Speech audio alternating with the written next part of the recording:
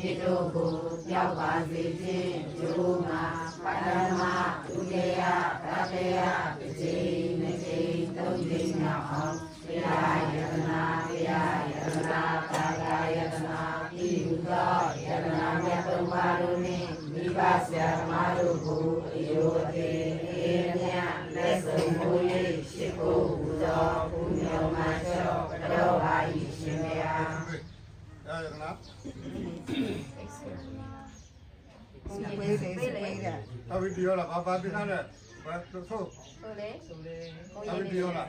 မနေ့ကဆိုတာလေ စုပေးရတယ် ပေးလေအစဖလာတယ် တို့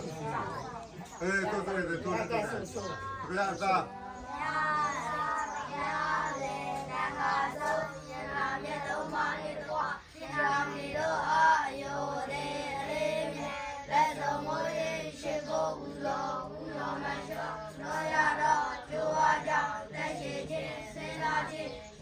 ကြီးချင်းကိုအားကြီးချင်းဉာဏ်ပညာကြီးချင်းသာသောယောလူရငါးပါးတို့နှင့်ဒီသစ္စာ၍မတရားဘူရယာနိဗ္ဗာန်ချမ်းသာတရားမြတ်ကိုရလွယ်မျက်မှောက်ပြုတဲ့နိုင်သည်ဖြစ်စေ